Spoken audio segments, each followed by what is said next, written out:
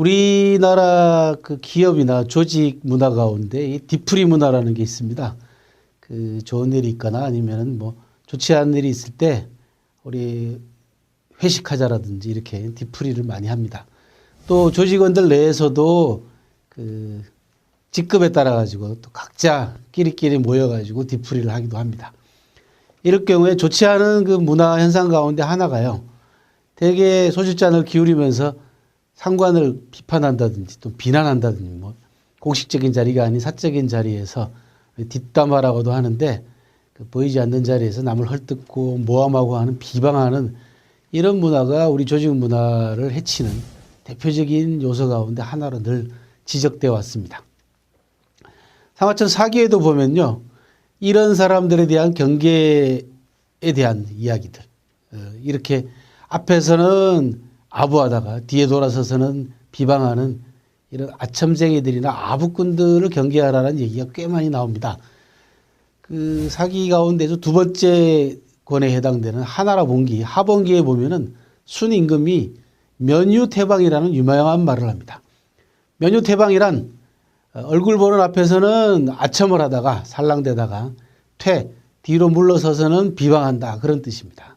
순임금이 신하들에게 앞에서는 아부하고 뒤에서는 비방하지 말아라 그런 이야기를 남기는데 여기서 나온 유명한 고사성어가 면유태방이라는 고사성어입니다.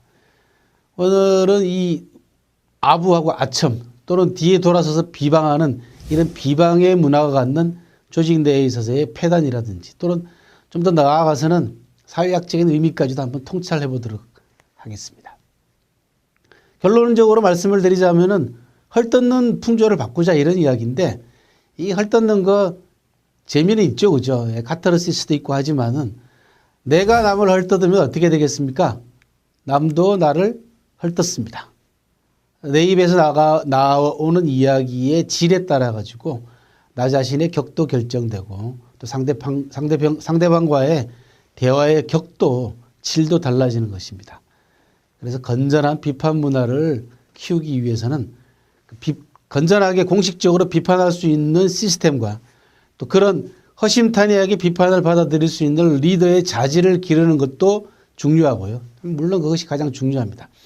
그보다는 또 하나의 방법은 뭐냐 그러면 이렇게 면유태방하는 이런 비방의 문화, 뒤에서 욕하는 비방의 문화를 퇴치하는 것도 건전한 비판 문화를 만들어 나가는데 그 하나의 방법이 되겠습니다.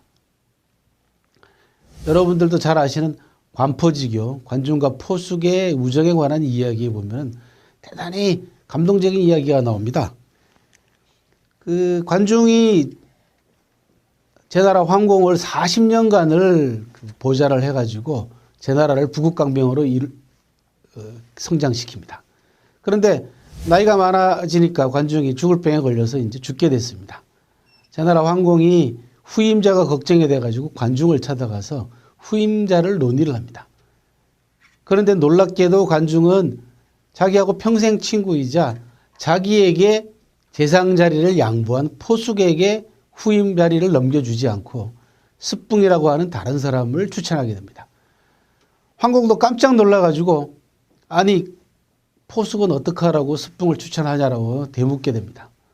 그러자 관중이 황공에게 그 포숙은 너무 군자라서 여러 사람들을 두루두루 다 고루 만족시켜야 되는 또 여러 가지 불평과 불만을 잘 해결해야 되는 이런 자리에는 어울리지 않는다. 그래서 스뿡이라는 사람이 무난하기 때문에 스뿡을 재상 자리에 임명하십시오라고 추천했던 겁니다. 참 우리의 인정이라든지 사람의 의리로 놓고 보면은 목숨을 구해줬을 뿐만 아니고 자기에게 돌아올 재상 자리조차도 관중에게 양보한 포숙에게 또 포숙이 자질이 떨어지는 인물도 아니었습니다. 이 포숙에게 그 재상 자리 후임으로 추천하는 것은 아주 인지상정이었을 겁니다. 그럼에도 불구하고 관중은 아주 엄격한 공사구분의 원칙에 따라서 포숙을 추천하지 않고 다른 사람을 추천해서 황공을 놀라게 만듭니다. 그런데 이 이야기를 듣고 있던 간신배 하나가 몰래 엿듣고 있던 간신배 하나가 포숙에게 쪼르르 쫓아가서 포숙에게 관중과 포숙 사이를 이간질합니다. 그 자리가 누구한테 돌아올 자리였느냐?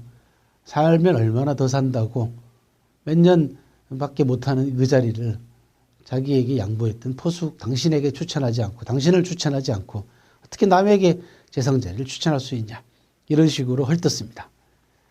그러자 포숙은 뭐라고 얘기를 하냐 그러면 이렇게 얘기를 합니다. 내가 그러라고 그 사람을 애당초 재상 자리에 추천한 것이다. 내가 사람 하나는 참 잘 봤다라고 얘기를 합니다. 관포지계의 가장 빛나는 대목은 사실 이 부분입니다.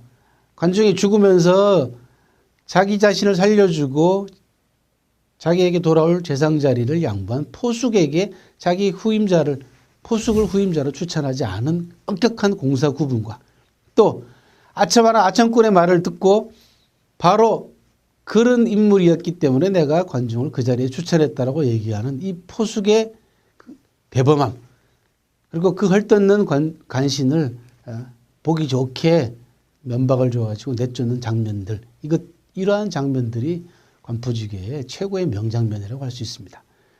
바로 이런 헐뜯는 풍조를 바꾸기 위해서는 시스템도 중요하고 또 뒤로 돌아서 가지고 남을 욕하는 이런 부분도 중요하긴 합니다만은 그런 그 헐뜯는 부분이나 근거 없는 비방을 들었을 때 그 사람에게 포숙처럼 따끔하게 충고할 수 있는 그런 나름대로의 이런 문화에 대한 확고한 자기 철학 또는 이런 문화를 비판할 수 있는 자기 인식, 의식, 깨어있는 의식 이런 것들이 갖추어지면 훨씬 더 효과를 낼 수가 있습니다.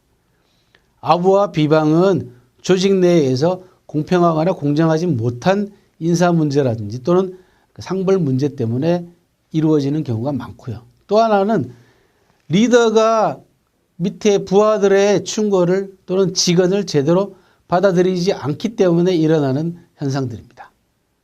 따라서 면유퇴방하지 않는 문화를 만들기 위해서는 첫 번째 리더가 부하들의 의견을 충분히 또 그리고 허심탄회하게 받아들일 수 있는 우리를 중국에서는 이런 허심탄회한 충고를 받아들이는 것을 납관이라고 얘기합니다.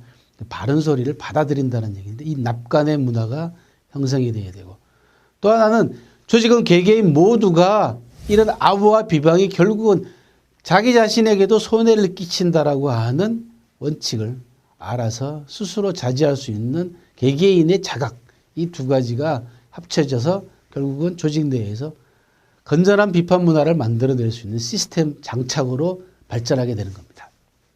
이것이 아부와 비방이 가져다주는 조직 내에서 가져다주는 악영향과 그것을 막을 수 있는 방안들에 대한 이야기입니다. 사기에 이런 말이 나옵니다. 여러 사람의 입은 쇠도 녹이고 헐뜯음이 쌓이면 뼈도 삭힌다라고 하는 유명한 말이 나옵니다. 사람들이 자꾸 똑같은 말을 반복하게 되면은 거짓말도 믿게 되는 것이 소위 유언비어의 사회학적 의미라고들 사회학자들은 얘기합니다.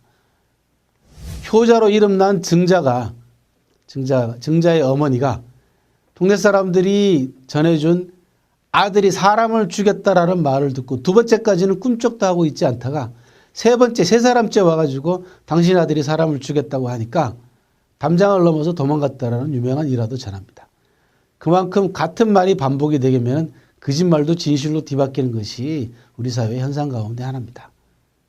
말이 그만큼 무섭다는 얘기죠. 헐뜯는 풍조가 계속 쌓이게 되면 조직원 전체를 병들게 만드는 아주 좋지 못한 문화가 형성됩니다. 이러한 폐단을 청산하기 위해서는 다시 한번 말씀드리지만 비판을 두려워하지 않는 리더의 자세 그리고 그 비판을 조직적으로 시스템으로 바꿔낼 수 있는 아주 냉정한 의식 그리고 모두가 그런 뒤에서 헐뜯는 비방의 문화와 또 앞에서는 좋은 말하는 아부의 문화가 궁극적으로는 모든 조직을 다 병들게 만든다라는 것들을 각자 인식하는 것. 이것들이 가장 중요한 이런 문화를 청산하는 중요한 요소가 되겠습니다. 칭찬과 긍정의 사회로 전환하기 위한 자기 계획이 필요하다면 그 자기 계획의 첫 단계는 뒤에 돌아서 가지고 근거 없이 남을 헐뜯는 비방의 문화를 없애는 것이고 또 권력자의 앞에서는 당당하게 비판하지 못하고 아부하는 아부의 문화. 아부와 눈앞에서의 아부와 등 뒤에서의 비방을 추방하는 것. 여기로부터 칭찬과 긍정의 사유로 전환하기 위한 자기 개혁의 첫 단계가 시작된다라고 말씀드릴 수 있겠습니다.